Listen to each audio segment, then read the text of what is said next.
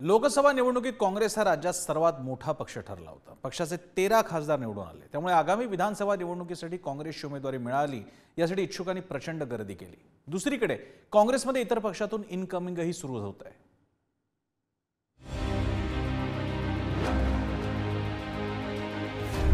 लोकसभा निवडणुकीनंतर काँग्रेसला सुगीचे दिवस आल्याचा हा पुरावा। भंडारा गोंदियाचे भाजपचे माजी खासदार शिशुपाल पटले यांनी काँग्रेस पक्षात प्रवेश केला। भंडारा आणि गोंदिया जिल्ह्यात शिशुपाल पटले यांना मानणारा मोठा वर्ग आहे। त्यामुळे विधानसभा निवडणुकांच्या तोंडावर भाजपला हा मोठा धक्का मानला जातो। 2004 मध्ये भंडारा गोंदिया मतदारसंघातून शिशुपाल पटले भाजपच्या तिकिटावर लोकसभेत गेले। पोवार समाजाचे नेते म्हणून शिशुपाल पटले यांची ओळख आहे। भंडारा गोंदिया मतदारसंघामध्ये पोवार समाजाची मोठी ताकद आहे। तुमसर विधानसभेतून शिशुपाल पटले यांना उतरवण्याची शक्यता है। कांग्रेसला विधानसभेला यामुळे फायदा होण्याची शक्यता है। जो उस समय की भारतीय जनता पार्टी और आज की भारतीय जनता पार्टी में फर्क आया, बिजनेसमैन लोगों के हाथ में यह पार्टी गई है और इसलिए सर्वसामान्य कार्यकर्ता, सर्वसामान्य लोगों के काम इस पार्टी में नहीं होते।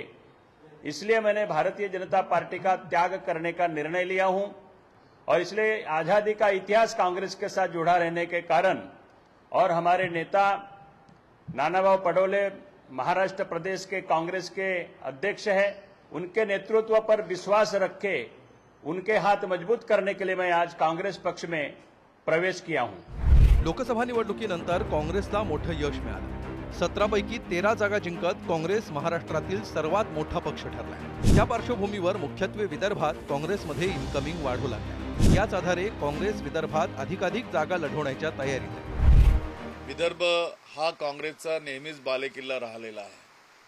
मागच्या लोकसभा निवडणुकीने विदर्भातला बालेकिल्ला काँग्रेसचा आहे हे सुद्धा सिद्ध करून या ठिकाणी दाखवलेला आहे। एक मोठं पोटेन्शियल या विदर्भात काँग्रेसला आहे आणि त्या पोटेन्शियलला कॅच करण्याचा प्रयत्न आमचा राहणार आहे।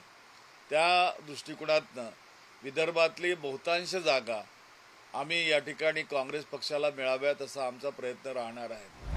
आगामी विधानसभा निवडणुकीसाठी काँग्रेसची उमेदवारी मिळावी यासाठी इच्छुकांनी प्रचंड गर्दी केली आहे। सोमवारी घेण्यात आलेल्या संभाजीनगर आणि जालना जिल्ह्यांच्या आढावा बैठकीत अनेक इच्छुकांनी शक्ती प्रदर्शन केलं। याशिवाय काँग्रेसनं राज्यातल्या 288 मतदारसंघातून इच्छुक उमेदवारांचे अर्ज मागवले होते, त्याला उदंड प्रतिसाद मिळाला। 288 मतदारसंघातून इच्छुक उमेदवारांचे अर्ज मागवण्यात आले होते। 288 जागांसाठी जवळपास 2,500 पेक्षा जास्त इच्छुकांनी अर्ज भरले। एका अर्जासाठी 20,000 रुपये एवढी रक्कम देखील आकारली गेली। या अर्जातून जवळपास 4 कोटींचा पक्षनिधी जमा झाला। महाराष्ट्रामध्ये काही सिटिंग आमदार सुद्धा भाजपचे काँग्रेसच्या मार्गावर आहेत, ही एक सुरुवात आहे।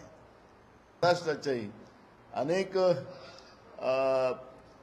जे नेतृत्व करणारी जी काही व्यवस्था विविध पक्षामध्ये आहे त्यांना हा एक संदेश देण्याचं काम शिशुपाल पटलेंच्या माजी खासदारांच्या प्रवेशाच्या माध्यमातून पाहायला मिळणार आहे। लोकसभा निवडणुकीतील विजयानंतर काँग्रेसमध्ये उत्साही वातावरण निर्माण झालंय। लोकसभेला सर्वात मोठा पक्ष काँग्रेस झाल्यामुळे विधानसभेत जास्त जागा लढाव्यात अशी पक्षातल्या नेत्यांची इच्छा आहे। त्यामुळे काँग्रेस 100 पेक्षा जास्त जागा लढेल अशी स्थिती आहे। त्या दृष्टीने काँग्रेसमध्ये इच्छुकांची झुंबड उडाल्याचं दिसून येत आहे। ब्युरो रिपोर्ट, पुढारी।